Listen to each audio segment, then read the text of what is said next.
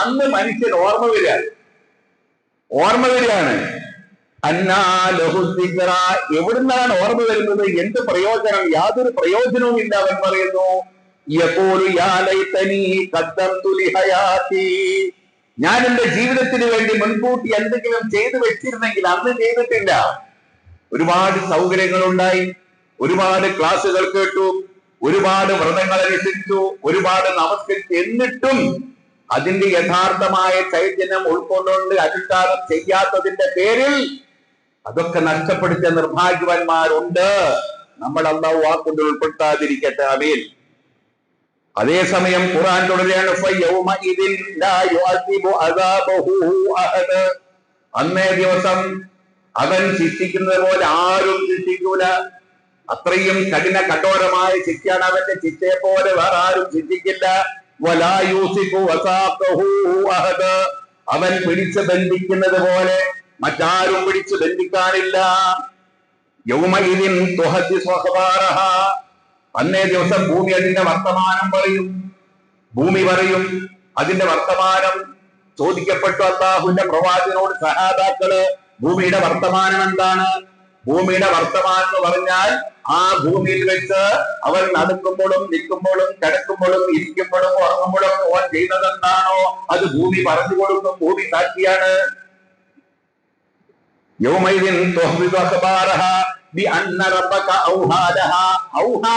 അല്ലാഹു അതിന് വഹി കൊടുത്തു ഭൂമിക്ക്.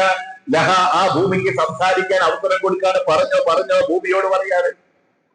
നാം ഓരോരുത്തരും നമ്മൾ വിചാരിക്കുന്നതൊക്കെ എത്ര പ്രയാസം. അല്ലാഹു വളരെ എളുപ്പമാണ് സഹോദരങ്ങളെ. നാം ചെയ്ത, ഞാൻ സംസാരിച്ച ഈ ഭൂമിയിൽ എവിടെയെങ്കിലും വെച്ച് രഹസ്യമായിട്ട് ഞാൻ സംസാരിച്ച കാര്യങ്ങൾ ഭൂമി പറയും, ഭൂമി സാക്ഷി പറയും.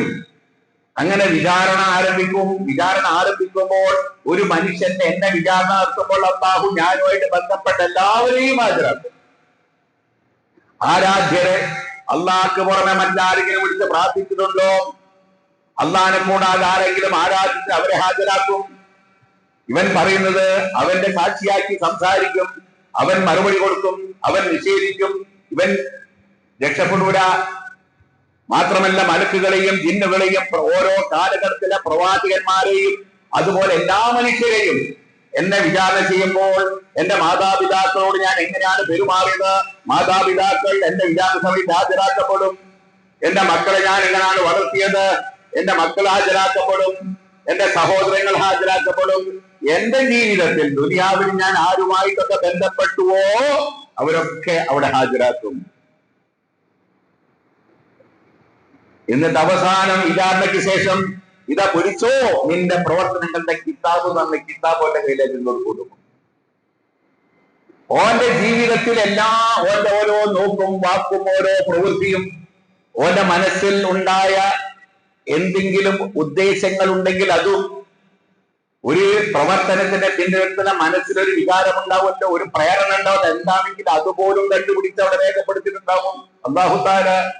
ഖുർആനിലെ ആൽ ഇംറാൻ അല്ലാഹു പറയുന്നു, വഇൻ തുഖ്ഫൂ മാ ഫീ സുദൂരികും ഔ തുബ്ദൂഹു യഅലമുല്ലാഹ് വയഅലമു മാ ഫീ സമാവാതി വമാ ഫിൽ അർദ് വല്ലാഹു അലാ കുല്ലി ശൈഇൻ ഖദീർ.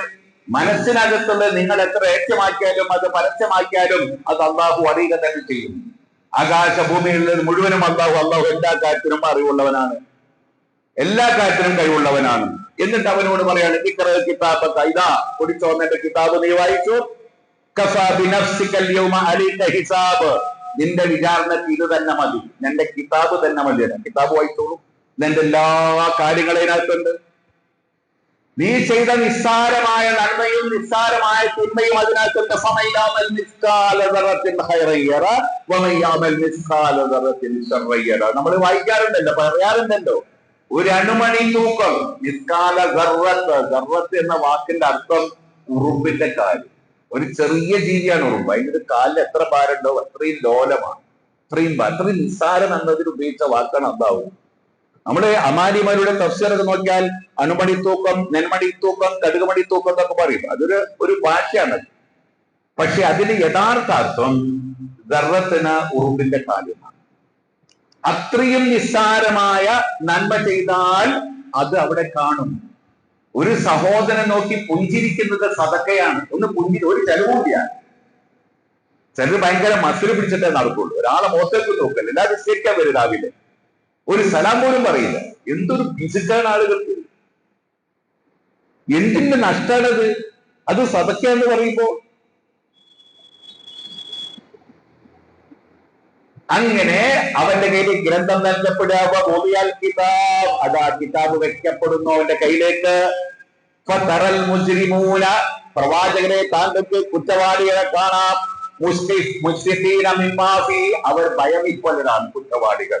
ഈ കിതാബ് കൈ കിട്ടുമ്പോൾ അവർക്ക് ഭയങ്കര പേടിയാണ്. വയഖൂലൂൻ, ആ കിതാബിലേക്ക് ഒരു പേജൊക്കെ വായിക്കണോ, ഒരു പേജ് നോക്കുന്നുണ്ടാവുള്ളൂ, അപ്പോഴേക്ക് അവർ പറയാണ് യാ വൈലതനാ മാലി ഹാദൽ കിതാബ്, എന്തൊരു നാശമാണ്, എന്തൊരു കിതാബാണ്. ലാ യുആദിറു സഗീറതൻ വലാ കബീറതൻ ഇല്ലാ അഹ്സാഹാ, ചെറുതായിക്കോട്ടെ വലുതായിക്കോട്ടെ ഒന്നും നിന്ന് ഒഴിവായിട്ട് ഇതിനൊക്കെ ഓർമ്മ വരുന്നുണ്ട് വായിച്ചു നോക്കുമ്പോ. പണ്ട് സ്കൂൾ പഠിക്കുന്ന ആൾക്ക് കച്ചറ കൂടിയിട്ട് ഒരു മനുഷ്യനെ കൊന്നത്, ഷഹബാസിനെ കൊന്നത് അവര് കാണും. അഫാൻ അഞ്ചാളെ വെട്ടിക്കൊന്നത്, 23-ാം വയസ്സൊക്കെ ഉണ്ടാവും, എല്ലാം ഉണ്ടാവും. അതൊക്കെ വലുതല്ലേ, ചെറിയ കാര്യങ്ങളൊക്കെ ഉണ്ടാവും. ഒരാളെ മനസ്സില് മറ്റൊരാളോട് അസൂയ മനസ്സിലുണ്ടെങ്കിൽ അത് കാണും. അവരറിഞ്ഞിട്ടുണ്ടാവില്ല. എല്ലാ ഈബത്തും എല്ലാം നമീമത്തും എല്ലാം കാണും. എല്ലാ വെറുപ്പും വിദ്വേഷവും പകയും ഒക്കെ ഉണ്ടാവും. ഒക്കെ നിങ്ങളെ മനസ്സൂച്ച കാര്യങ്ങളൊക്കെ അവിടെ ഉണ്ടാവും, ഒക്കെ ഉണ്ടാവും. യാ വൈലതനാ മാലി ഹാദൽ കിതാബ് ലാ യുആദിറു സഗീറതൻ വലാ കബീറതൻ ഇല്ലാ അഹ്സാഹാ, ഒന്നും വിട്ടുപോയിട്ടില്ലല്ലോ. വവജദൂ മാ അമിലൂ ഹാദിറൻ, അവൻ പ്രവൃത്തി മുഴുവൻ അവിടെ ഹാജരാക്കപ്പെടുകയാണ്. വലാ യദ്ലിമു റബ്ബുക അഹദാ, റബ്ബ് ആരോടും അക്രമം പ്രവർത്തിക്കില്ല, അനീതി ചെയ്യില്ല. ഇല്ലാത്തത് ഉണ്ടാവില്ല, ഇല്ലാത്ത കുറ്റം നിങ്ങളെ വേണ്ടി ചാർത്തപ്പെടില്ല, ഉള്ളതൊക്കെ ഉണ്ടാവും. ഈ സമയത്ത് നമ്മൾ മനസ്സിലാക്കാൻ പാപമോചനത്തിന്റെ മാസമാണിത്. പാപമോചനത്തിന്റെ മാസമാണ്. മൗഫിറത്ത് എന്നാണല്ലോ പാപമോചന അറബി വാക്ക്. മൗഫിറത്ത് എന്ന് പറഞ്ഞാൽ എങ്ങനെ ഉണ്ടായിരുന്നു അറിയോ? മിഗ്ഫർ എന്നാണ് ആദ്യം.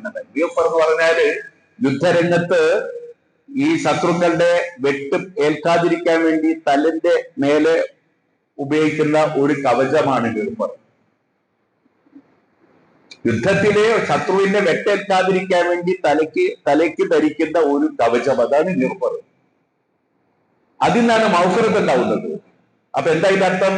നാളെ ഖിയാമത്ത് നാളിലെ വിചാരണയ്ക്ക് ശേഷം, മനസ്സിലേ, നമ്മുടെ കിതാബില്, ആ വിചാരണ സമയം നമ്മുടെ കിതാബിൽ നമ്മൾ ചെയ്ത പാപങ്ങളെല്ലാം തുടച്ചു നീക്കി മായ്ച്ചു കളഞ്ഞ് കിതാബ് കഴിക്കില്ല. പരലോകത്ത് മറ്റുള്ളവരുടെ മുന്നിൽ വഷളാക്കപ്പെടാതെ എന്റെ പാപങ്ങളെല്ലാം അല്ലാഹു മൂടി വെച്ചിട്ട് കിതാബ് നമ്മളെ കൈ തരുന്നതിന് അതാണ് മൗഫിറത്ത്. സ്വയം മാന്യനാന്ന് വിചാരിക്കുന്ന ഞാൻ നാളെ പരലോകത്ത് അള്ളാഹുവിന് വേണ്ടി കെട്ടുമ്പോ വിചാരണ ചെയ്തിട്ട് ആ ഗ്രന്ഥം വലുതുകയും തരുന്നുണ്ടെങ്കിൽ അതിന്റെ പേരാണ് മൗഫിറത്ത്. ആ മൗഫിറത്തിന്റെ മാസമാണിത്. ഒരു പാപം പോലും ബാക്കി വെക്കരുത്. ആത്മാവിന്റെ ആ കറുത്ത പുള്ളി വലുതൊക്കെ നീക്കിക്കളയാൻ എല്ലാം അതെല്ലാം പുറത്തു തരും.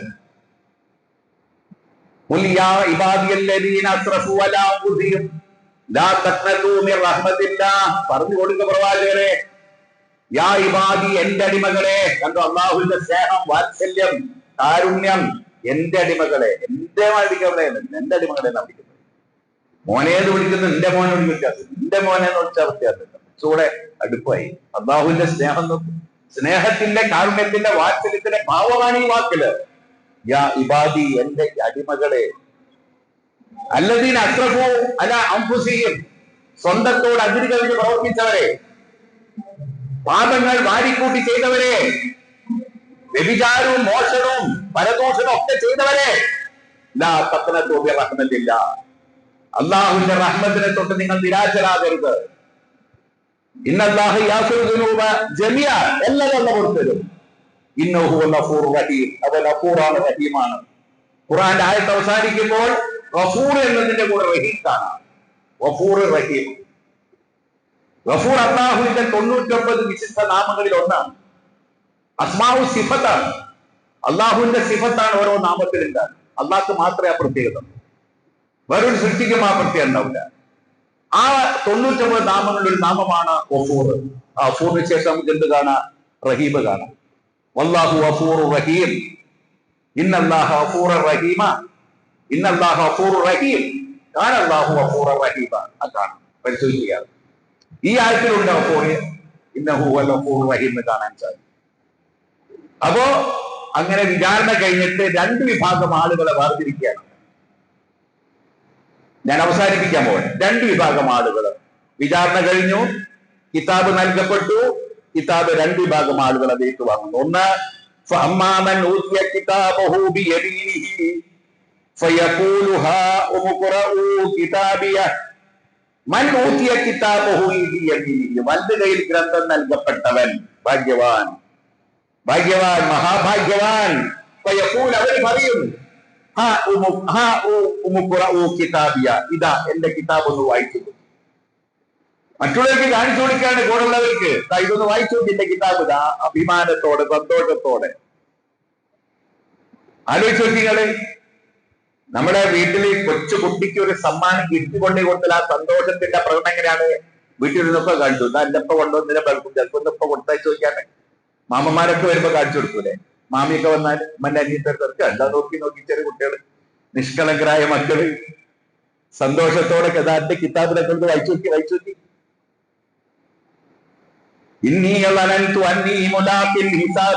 എങ്ങനെ വലുകയിൽ രക്ഷപ്പെട്ടു? ഞാൻ മനസ്സിലാക്കിയിട്ടുണ്ട്, ഇങ്ങനൊരു ദിവസം വരുമെന്ന്.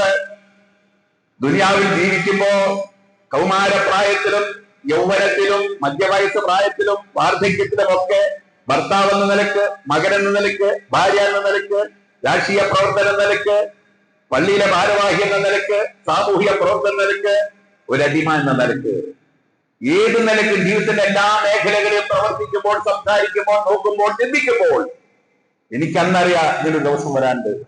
ആരനുസരിച്ചാണ് പ്രവർത്തിച്ചത്? എന്റെ ജീവിതത്തെ ഞാൻ ക്രമപ്പെടുത്തി ഖുർആനും സുന്നത്തിനും അനുസരിച്ച്.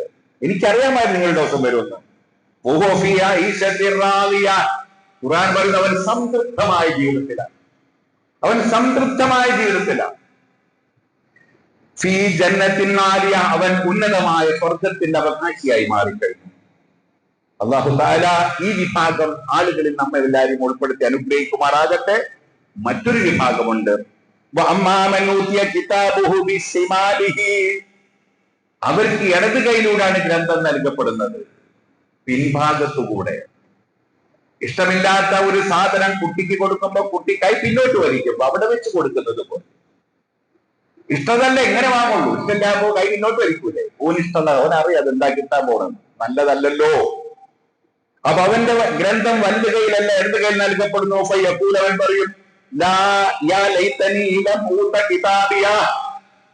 എനിക്ക് ഈ ഗ്രന്ഥം കിട്ടാതിരുന്നെങ്കിൽ എത്ര കിതാബിയ, എനിക്ക് നൽകപ്പെട്ടില്ലെങ്കിൽ എത്ര നന്നായിരുന്ന അവൻ അഭിലഷിക്കുകയാണ്.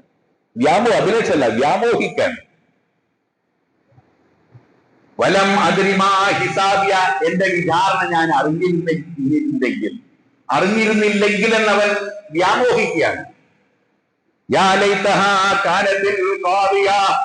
മരണത്തോടെല്ലാം അവസാനിച്ചില്ലെങ്കിൽ എന്ന് ഞാൻ വ്യാമോഹിക്കുകയാണ്. ഓനിങ്ങനെയൊക്കെ തോന്നുക. എന്റെ ധനം എനിക്കൊരു പ്രയോജനം ചെയ്തില്ലല്ലോ. ഒരുപാട് ധനം ഞാൻ വാരിക്കൂട്ടിയിരുന്നു പല വിധത്തിലും, പക്ഷേ എന്റെ മക്കൾക്ക് വിട്ടേച്ച് കൊടുത്തു പോയി. പക്ഷെ മക്കൾ എങ്ങനെ ചെലവഴിച്ചു എന്ന് എനിക്കറിയില്ല. മക്കൾക്ക് ഒരു 10 നൂറ്റാണ്ട് ജീവിക്കാനുള്ള പണം പോയിട്ടുണ്ടെങ്കിൽ അവളോട് സേമം ഉണ്ടാക്കിയിട്ടാ ഞാനിവിടെ പോയത്. പക്ഷേ ആ പണം വാരിക്കൂട്ടി ഉണ്ടാക്കുമ്പോൾ, അത് സമ്പാദിക്കേണ്ടെന്നല്ല, സമ്പാദിക്കുമ്പോൾ ഹലാലും ഹറാമും ഞാൻ നോക്കിയിട്ടില്ല. ദുനിയാവിൽ എന്ത് പ്രശ്നം, ഈ സുപ്രീം കോടതി ചീഫ് ജസ്റ്റിസിനെ പോലും അതിക്ക് സ്വാധീനിക്കാനുള്ള പണം എന്തെങ്കിലും ദുനിയാവിലുണ്ടായിരുന്നു. പക്ഷേ സ്വാധീനിക്കപ്പെടാൻ കഴിയില്ല.